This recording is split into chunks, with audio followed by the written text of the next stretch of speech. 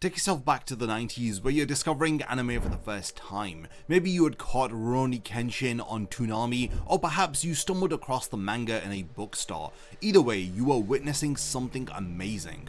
This was a samurai story which wasn't exclusively about sword fights and honor codes, but about the weight of redemption itself. Rurouni Kenshin wasn't the typical shonen power fantasy story. Here we have Kenshin Himura, the legendary Hitogiri Batosai, who had already reached the pinnacle of swordsmanship before the story had even started.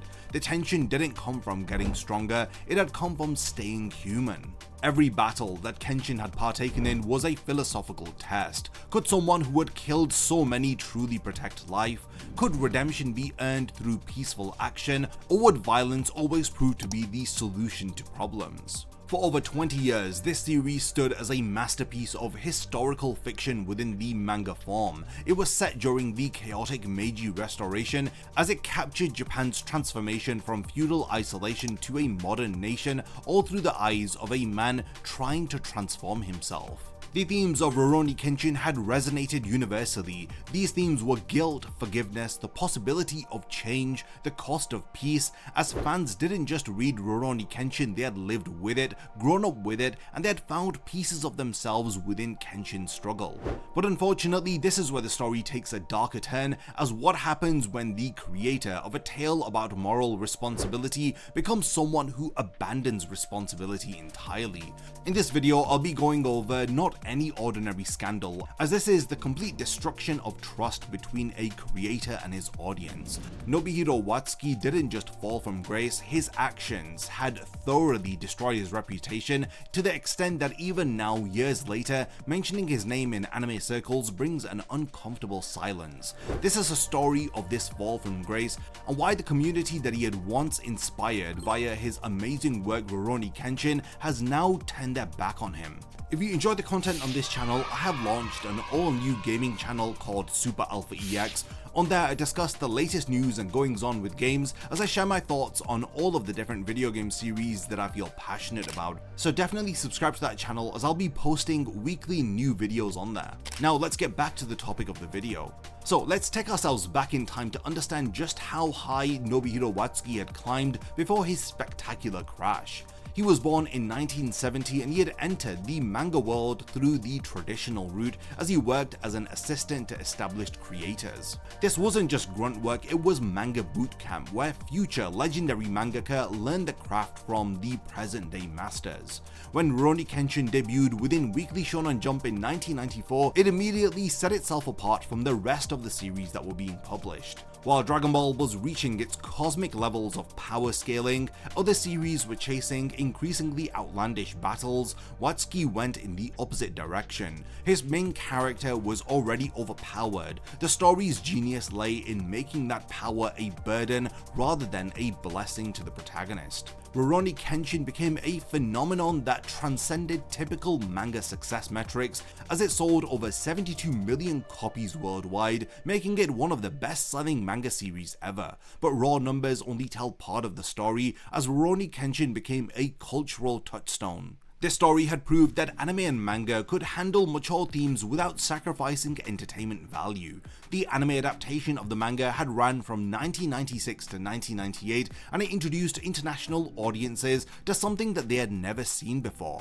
This is a historical drama that treated its setting with respect while delivering spectacular action sequences. The Rurouni Kenshin Trust and Betrayal OVA also remains as a masterclass in visual storytelling, and it's so different in tone from the main series that it feels like watching a completely different medium. Now, Watsuki's true influence had come through his role as a mentor. The manga industry operates on an apprenticeship system, and Watsuki's students read like a who's who of modern manga royalty. Most notably, he mentored a young Ichiro Oda, who would go on to create One Piece, currently the best-selling manga series of all time, with over 500 million copies sold. He also guided Hiroyuki Takei of Shaman King fame, along with several other creators who would go on to significant success. By the 2010s, Watsuki seemed to have achieved the manga creator's ultimate dream, as he had lasting relevance. The live-action Rurouni Kenshin film trilogy starting in 2012 brought his characters to a new generation with spectacular production values and genuine respect for the source material. These are some of my favorite anime and manga live-action movies, and the box office success of Rurouni Kenshin had led to multiple sequels, which led to even more success. Then in 2017, what it seemed like the icing on the top of a perfect career, the launch of Rurouni Kenshin: The Hokkaido Arc, which was a direct sequel to his original manga. At 47 years old, with an estimated net worth of $5 million and a legacy that seemed secure for generations, Watsuki had seemed to be entering his victory lap phase here, but the timing couldn't have been more tragically ironic. On the 21st of November 2017, everything had changed for Nobuhiro Watsuki. It started as whispers on Japanese news sites, then it exploded across social media like wildfire. Nobuhiro Watsuki, the creator of Rurouni Kenshin, had been arrested by the Tokyo Metropolitan Police on charges of possessing CP. The initial shock was almost incomprehensible. This wasn't some minor creator or industry peripheral figure, this was the man behind one of anime and manga's most beloved series, someone whose hard work had shaped childhoods and whose characters had become cultural icons. The cognitive dissonance was immediate and brutal, but as details had started to emerge, the situation became exponentially worse. This wasn't a case of accidentally downloading files or a single inappropriate image. Police had discovered what they had described as a hoard of illegal material, as there were over 100 DVDs containing explicit footage of underage girls stored brazenly in his Tokyo office like some grotesque personal library. The investigation had actually started elsewhere, with police pursuing a separate case which had eventually somehow led them to Watsuki. When they searched his workplace, they found a collection so extensive that investigators initially suspected that he might have been involved in distribution. The scale suggested someone who had been actively collecting this material for years, someone who had made consuming harmful content a regular part of their routine. What made the revelation even more disturbing was Watsuki's response when confronted. There was no denial, no claims of innocence, no lawyer-crafted statements about misunderstandings. He immediately confessed, telling investigators with shocking directness, "I liked girls in late elementary school to around the second year of middle school." Now here we're talking about children who are between the ages of 11 and 14 years old. The timeline investigators uncovered was particularly damning. Evidence revealed that Watsuki was in possession of this material since at least July of 2015, meaning he had been actively consuming illegal content while simultaneously working on projects that celebrated moral responsibility with his work Rurouni Kenshin. Watsuki played a role in mentoring young artists, as well as creating stories about redemption and ethical behavior, all while building a secret collection of exploitative material. The immediate aftermath was swift and devastating. Within hours of the news breaking, publisher Shueisha announced that the newly launched Hokkaido Arc would be suspended indefinitely. The December issue of Jump Square, which should have contained the next chapter of the Hokkaido Arc, instead carried a notice about the hiatus due to the creator's charges. Stores began pulling Kenshin merchandise from shelves, and international distributors had scrambled to figure out their response. For fans of Rurouni Kenshin, the betrayal had cut deeper than any fictional plot twist ever could. This betrayal had hurt Rurouni Kenshin fans pretty hard, as they had discovered that the person who had written about moral transformation had been participating in something fundamentally destructive. Watsuki, the man who had created Himura Kenshin, a character defined by his dedication to never cause harm to others, had actually secretly been causing harm through his consumption of this exploitative content. If fans had thought that this initial revelation about Watsuki was shocking, then what had happened next in Japan's legal system had proved to be equally devastating to their faith in justice. After months of legal proceedings that barely registered as a blip in public consciousness, Watsuki's sentence was announced in February of 2018, and it was a fine of 200,000 yen, which is approximately $1,900 at the time, and he had received no jail time whatsoever. This is so shocking. This is a man that was caught with extensive illegal material, who openly admitted to sexual attraction to elementary school children, yet faced financial consequences that had amounted to less than what many may spend on anime figures in a single year. For someone whose series had generated tens of millions in revenue over the decades, this wasn't a punishment, it was a rounding error pretty much on his tax return. To understand how inadequate this sentence was, consider the legal framework. Japanese law allows for up to 1 year in prison and fines of up to 1 million yen for possession of CP. Watsuki received 1/5 of the maximum fine, and he had avoided prison time entirely. The judge had pretty much looked at Watsuki's collection, which investigators had described as extensive enough to suggest that he could have been a distributor, and the judge had decided that a slap on the wrist was sufficient punishment. The lenient treatment highlighted deeply troubling aspects of how Japanese legal system handles crimes against children.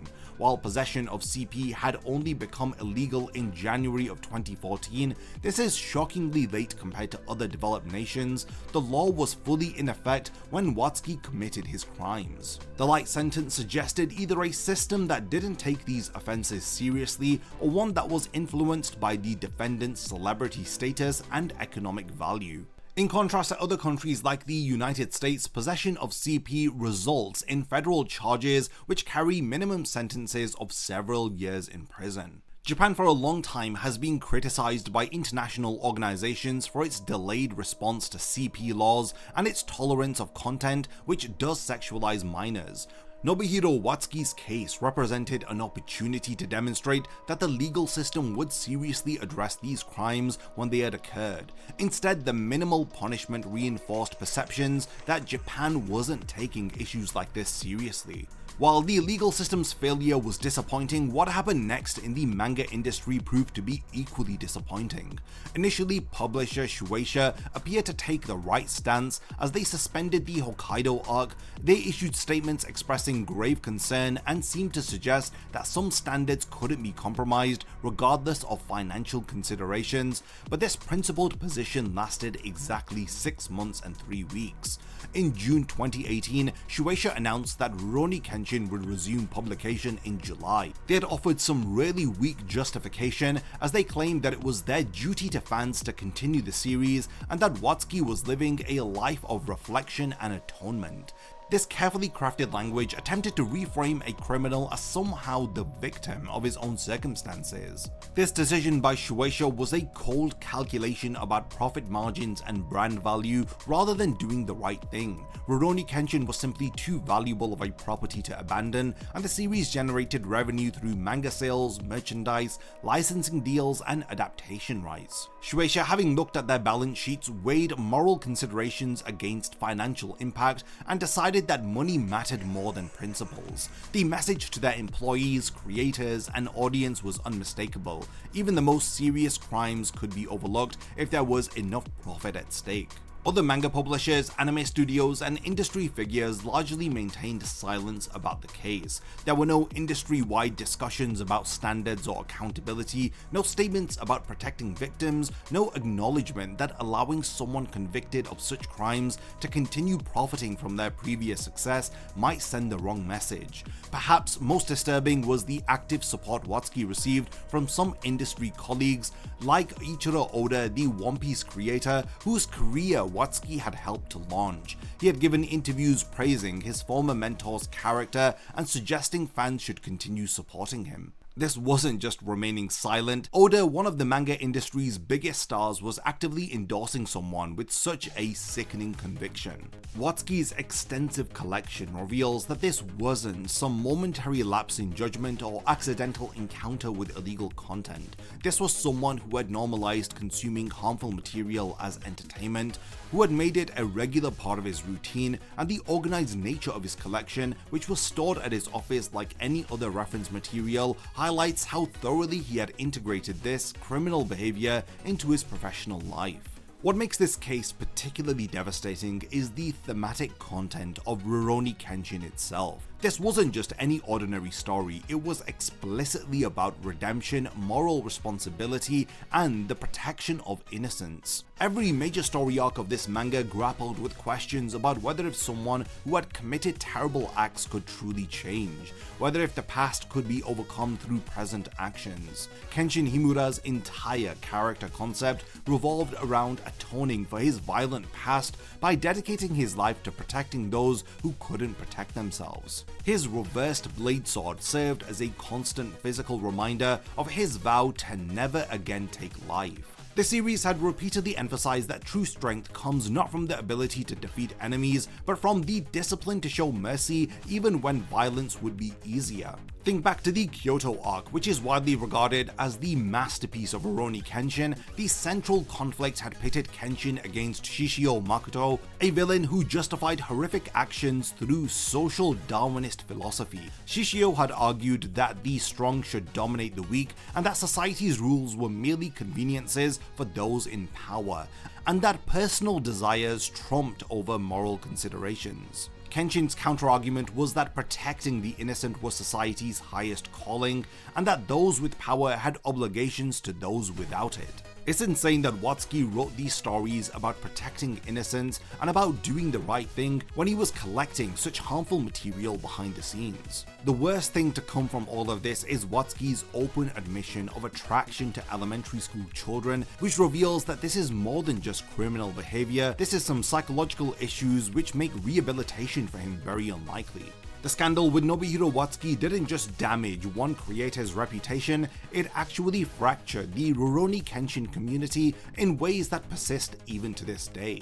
There wasn't a unified response, but a complicated and often bitter division between fans who were struggling to reconcile their love for Rurouni Kenshin with their hatred towards the author because of his crimes. On one side, you had fans who felt so betrayed that they couldn't separate the art from the artist, and for them, every panel Watsuki had drawn, every character that he had created, every theme that he had explored was now contaminated by knowledge of his crimes. These fans didn't just stop consuming new Rurouni Kenshin content, many of them had gotten rid of their collections that they had spent years building, unable to look at the volumes without thinking about what their creator had done. On the other end of the spectrum, you had fans who attempted to maintain the traditional separation between creator and creation, arguing that Rurouni Kenshin's value as art transcended its creator's personal failings. They point out that the manga had been created with the help of editors, assistants, and other collaborators who bore no responsibility for Watsuki's crimes.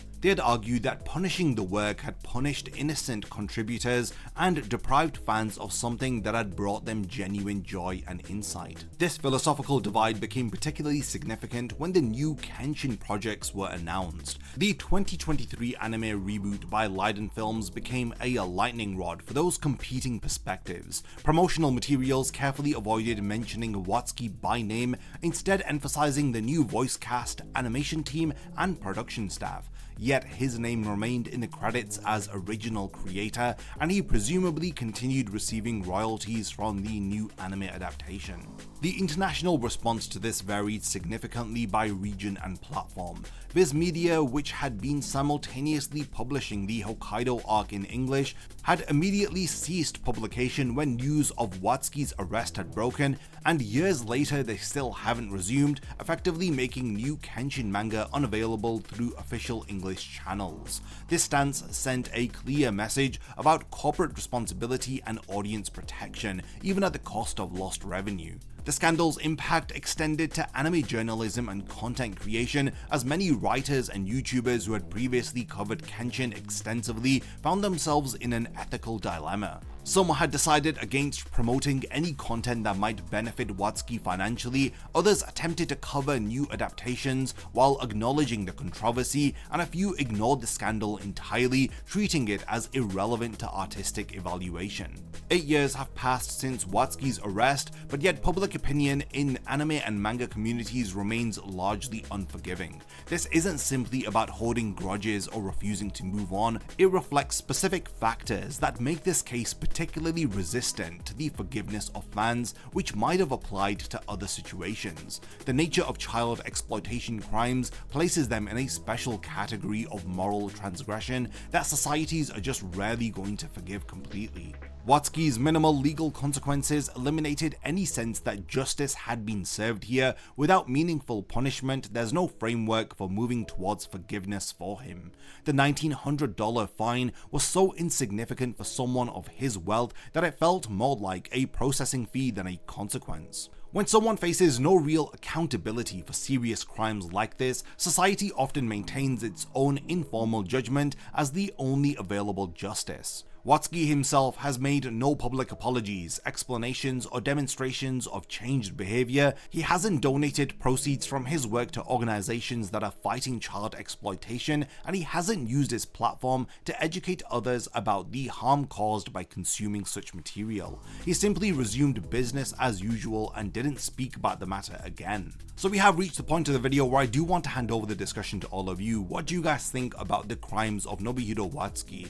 Are you able to separate art from the artist, or do you agree that we should no longer be supporting any new works of Rurouni Kenshin and we should distance ourselves from the author and his work? I do look forward to reading all of your thoughts. If there's anything that I've forgotten to mention about this particular case, then let me know by continuing the discussion in the comments. And lastly, thanks for making it to the end of this one, and I cannot wait to see you in my next video. A massive thank you goes out to all of my amazing Patreon supporters for helping to make this video possible. If you also want to support the channel and see your name in the end of my videos, then check out my Patreon, which has loads of perks like early video access and so much more. Thank you for sticking around till the end of the video, and whatever you contribute will mean a lot to me.